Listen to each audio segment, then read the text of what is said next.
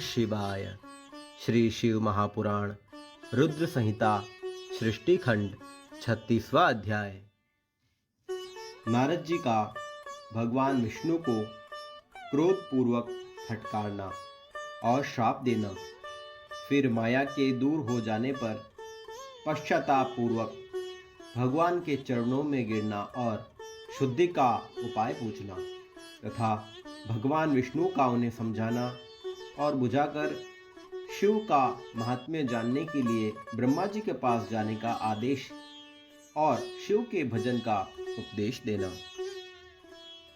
ऋषिगण बोले, हे महाप्राज्ञ, हे सूत, आपने बड़ी अद्भुत कथा का वर्णन किया है। भगवान शंकर की माया धन्य है। यह चराचर जगत उसी के अधीन है। भगवान शंकर के वे दोनों गण जब अपनी इच्छा से कहीं अन्यत्र चले गए, तब काम विहल और अपमान से क्रुद्ध मुनि नारद ने क्या किया? सूत जी बोले, शिव की इच्छा से विमोहित उस राजकुमारी के प्रति विशेष आसक्ति होने के कारण अन्य अर्थ अनर्थ के ज्ञान से रहित मुनि ने उन दोनों को यथोचित शाप देकर जल में अपना मुख और स्वरूप देखा। शिव इच्छा के कारण उन्हें ज्ञान नहीं हुआ और वे विष्णु द्वारा किए गए छल का स्मरण करके दुस्सह क्रोध में आकर वे उसी समय विष्णु लोक में जा पहुँचे। शिव की इच्छा से ज्ञान शून्य तथा समिधा युक्त जल रही अग्नि के समान क्रुद्ध वे नारद विष्णु से अत्यंत अप्रिय व्यंग वचन कहने लगे। नारद जी बोले, हे हरे, तुम बड़े दुष्ट हो, कपटी हो और समस्त विश्व को मोह में डाले रहते हो। दूसरों का उत्साह तुमसे सहा नहीं जाता। तुम मायावी हो, तुम्हारा अंतःकरण मलिन है। पूर्व काल में तुमने मोहिनी रूप धारण करके कपट किया, असुरों को वारुणी मदिरा पिलाई और उन्हें अमृत नहीं पीने दिया। छल कपट में ही रत रहने वाले हे हरे, यदि महेश्वर रुद्र दया करके विष न पी लेते तो तुम्हारी सारी माया उसी दिन समाप्त हो जाती। हे विष्णु, कपटपूर्ण चाल तुम्हें अधिक प्रिय है। तुम्हारा स्वभाव अच्छा नहीं है। भगवान शंकर ने तुम्हें स्वतंत्र बना दिया है। परमात्मा शंकर के द्वारा ऐसा करके अच्छा नहीं किया गया और तुम उनके प्रभाव बल को जानकर स्वतंत्र होकर कार्य करते रहते हो। तुम्हारे इस चाल ढाल को समझकर अब वे भगवान शिव भी पश्चाताप करते होंगे। अपनी वारुण रूप वाणी रूप वेद की प्रामाणिकता स्थापित करने वाले महादेव जी ने ब्रह्मा जी को सर्वोपरि बताया है। हे हरे, इस बात को जानकर आज मैं बलपूर्वक तुम्हें यह सीख दूंगा, जिससे तुम फिर कभी कहीं भी ऐसा कर्म नहीं कर सकोगे। अब तक किसी तेजस्वी पुरुष से तुम्हारा पाला नहीं पड़ा है, इसलिए आज तक तुम निडर बने हुए हो। और हे विष्णु, अब तुम्हें अपने द्वारा किए गए कर्म का फल मिलेगा। भगवान विष्णु से ऐसा कहकर माया मोहित नारद मुनि अपने ब्रह्म तेज का प्रदर्शन करते हुए क्रोध से खिन्न हो उठे और शाप देते हुए बोले, हे विष्णु, तुमने स्त्री के लिए मुझे व्याकुल किया है। तुम इसी तरह सबको मोह में डाले रहते हो। यह कपटपूर्ण कार्य करते हुए तुमने जिस स्वरूप से मुझे संयुक्त किया था, उसी स्वरूप में हे हरे, तुम मनुष्य हो जाओ और स्त्री के लिए दूसरों का दुख देने वाले तुम स्त्री के वियोग का दुख भोगो। तुमने जिन वानरों के समान मेरा मुंह बनाया था, वे ही उस समय तुम्हारी सहायक हो। तुम दूसरों को स्त्री विरह का दुख देने वाले हो, अतः स्वयं भी तुम्हें स्त्री के वियोग का दुख प्राप्त हो और अज्ञान से मोहित मनुष्यों के समान तुम्हारी स्थिति हो। अज्ञान से मोहित हुए नारद जी ने मोहवश श्री हरि को जब इस तरह का श्राप दिया, तब उन विष्णु ने शंभु की माया की प्रशंसा करते हुए उस श्राप को स्वीकार कर लिया। तदंतर महालीला करने वाले शंभु ने अपनी उस विश्वमोहिनी माया को, जिसके कारण ज्ञानी नारद भी मोहित हो गए थे, खींच लिया। उस माया के तिरोहित होते ही नारद जी पूर्ववत शुद्ध बुद्धि से युक्त हो गए। उन्हें पूर्ववत ज्ञान प्राप्त हो गया और उनकी सारी व्याकुलता जाती रही। इससे अनेक मन में बड़ा विस्मय हुआ। वे तत्पश्चात बार बार अपनी निंदा करने लगे। उस समय उन्होंने ज्ञानी को भी मोह में डालने वाली भगवान शंभु की माया की सराहना की। तदंतर यह जानकर कि माया के कारण ही मैं भ्रम में पड़ गया था, वैष्णव शिरोमणि नारद जी भगवान विष्णु के चरणों में गिर पड़े। भगवान श्री हरि ने उन्हें उठाकर खड़ा कर लिया।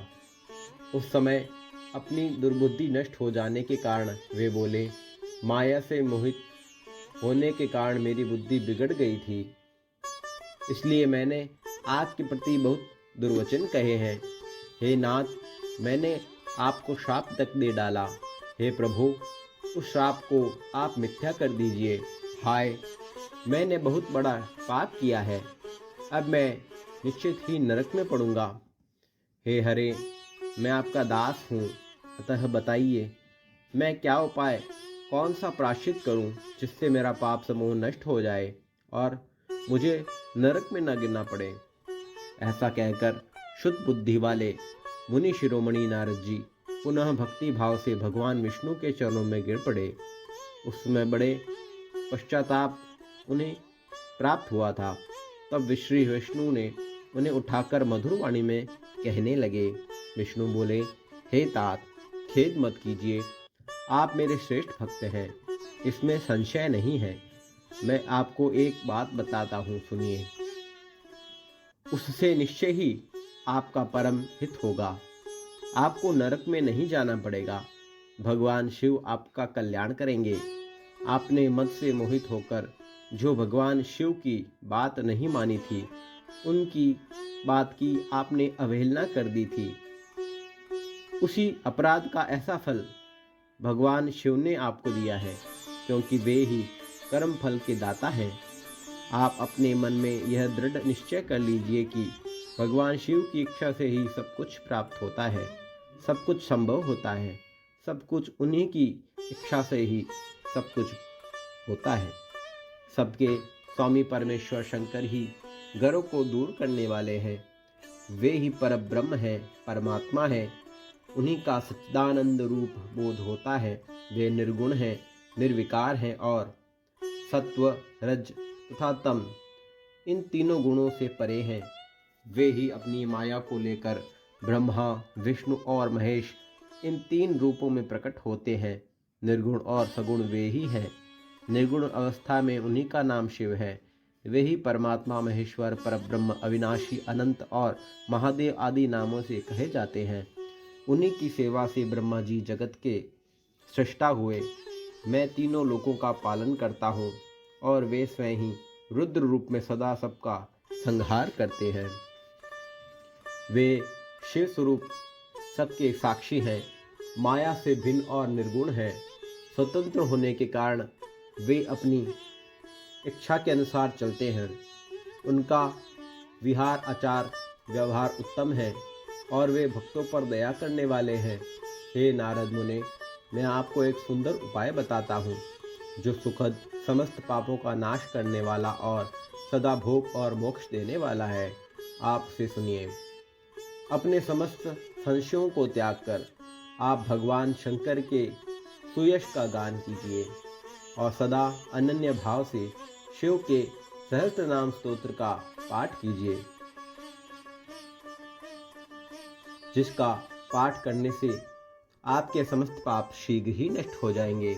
इस प्रकार नारद से कहकर दयालु भगवान विष्णु ने उनसे पुनः कहा, हे मुने, आप शोक न कीजिए, आपने तो कुछ किया ही नहीं है। यह सब तो भगवान शंकर ने अपनी इच्छा से किया है, इसमें शंका नहीं है। उन्होंने ही आपकी दिव्य बुद्धि का हरण कर लिया था। उन्होंने ही आपको काम का कष्ट भी दिया था। उन्हीं भगवान शंकर ने आपके मुख से मुझे यह शाप भी दिलाया है। इस प्रकार उन्होंने संसार में अपने चरित्र को स्वयं ही प्रकट किया है। इसमें अन्य किसी का दोष नहीं है। वे मृत्यु को जीतने वाले, काल के भी काल और भक्तों का उद्धार करने में तत्पर रहने वाले हैं। मुझे शिव के समान अन्य कोई प्रिय नहीं है। वे ही मेरे स्वामी हैं, सुख और शक्ति देने वाले हैं। वे ही महेश्वर ही मेरे सब कुछ हैं। हे मुने, आप उन्हीं की उपासना करें, सदैव उन्हीं का भजन करें, उन्हीं के यश का श्रवण और गान करें तथा नित्य उन्हीं की अर्चना करें। हे मुने, जो शरीर, मन तथा वाणी से शंकर को प्राप्त कर लेता है वही पंडित है, ऐसा जानना चाहिए, और वही जीवन मुक्त कहा जाता है। शिव नाम रूप इस दवाग्नि से महापातक रूपी पर्वत अनायास ही जलकर भस्म हो जाते हैं। यह पूर्णतया सत्य है, इसमें संदेह नहीं। संसार में पापों के मूलभूत जितने भी प्रकार के दुख हैं, वे सर्वथा मात्र शिव पूजन से ही नष्ट हो जाते हैं। अन्य उपायों से उनका नाश संभव ही नहीं है। हे मुने, वही वैदिक है, वही पुण्यात्मा है, वही धन्य है, वही बुद्धिमान है, जो सदा शरीर, वाणी और मन से भगवान शंकर के शरण में चला जाता है।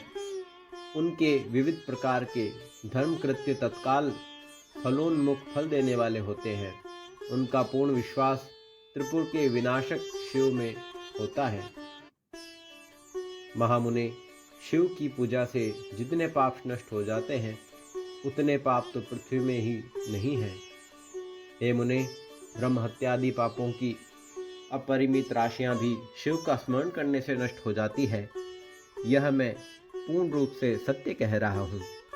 शिव नाम का कीर्तन करने वाले लोग ही शिव नाम की नौका से संसार रूपी सागर को पार कर जाते हैं। संसार का मूल पाप समूह है, उसका नाश नाम कीर्तन से ही निश्चय ही हो जाता है। हे महामुने, शिव नाम रूपी कुठार से संसार के मूलभूत पापों का नाश अवश्य हो जाता है। पाप रूपी दावानल से दग्ध हुए लोगों को शिव नाम रूपी अमृत पीना चाहिए। पाप की दवाग्नि से तपे हुए लोगों को उनके बिना शांति देने का कोई अन्य उपाय नहीं मिल सकता। शिव इस नाम की अमृतमयी वर्षा की धारा से नहाए हुए लोग संसार के पापों की दवाग्नि के मध्य रहते हुए भी शोक नहीं करते, इसमें संशय नहीं है। राग द्वेष में निरंतर रहने वाले लोगों को शिव के प्रति भक्ति नहीं होती, किंतु इसके विपरीत अर्थात पापों से विरत रहने वाले लोगों की मुक्ति तो निश्चय ही होती है। जिसने अनंत जन्मों में अपनी तपस्या से शरीर को जलाया होगा, उसी की भक्ति भवानी प्राण वल्लभ शिव के लिए संभव है। भगवान शिव के प्रति अनन्यता पूर्वक की गई शिव नाम भक्ति के अतिरिक्त अन्य साधारण भक्ति व्यर्थ ही हो जाती है। भगवान शंकर के प्रति जिसकी भक्ति एक निष्ठ तथा असाधारण होती है, उसको ही मोक्ष प्राप्त होता है, अन्य के लिए वह सुलभ नहीं है, ऐसा मेरा विश्वास है। अनंत पाप करने के पश्चात भी यदि प्राणी भगवान शंकर की भक्ति में लगा रहता है तो वह भी पापों से निर्मुक्त हो जाता है, इसमें संदेह नहीं। जिस प्रकार वन में दवाग्नि से वृक्ष जलकर भस्म हो जाते हैं, उसी प्रकार शिव भक्तों के पाप भी शिव भक्ति के प्रभाव से नष्ट हो जाते हैं।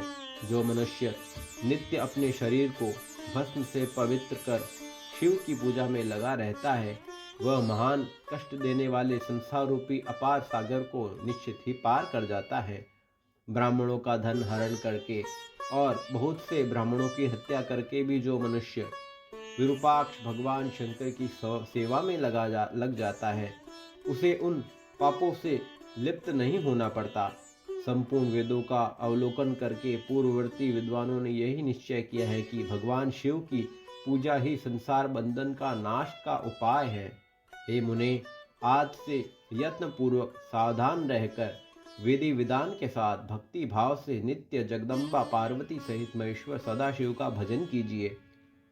पैर से लेकर सिर तक भस्म का लेपन करके सम्यक रूप से आनंद पूर्वक सभी श्रुतियों से सुने गए षडक्षर शैव मंत्र ओम नमः शिवाय का जप कीजिए।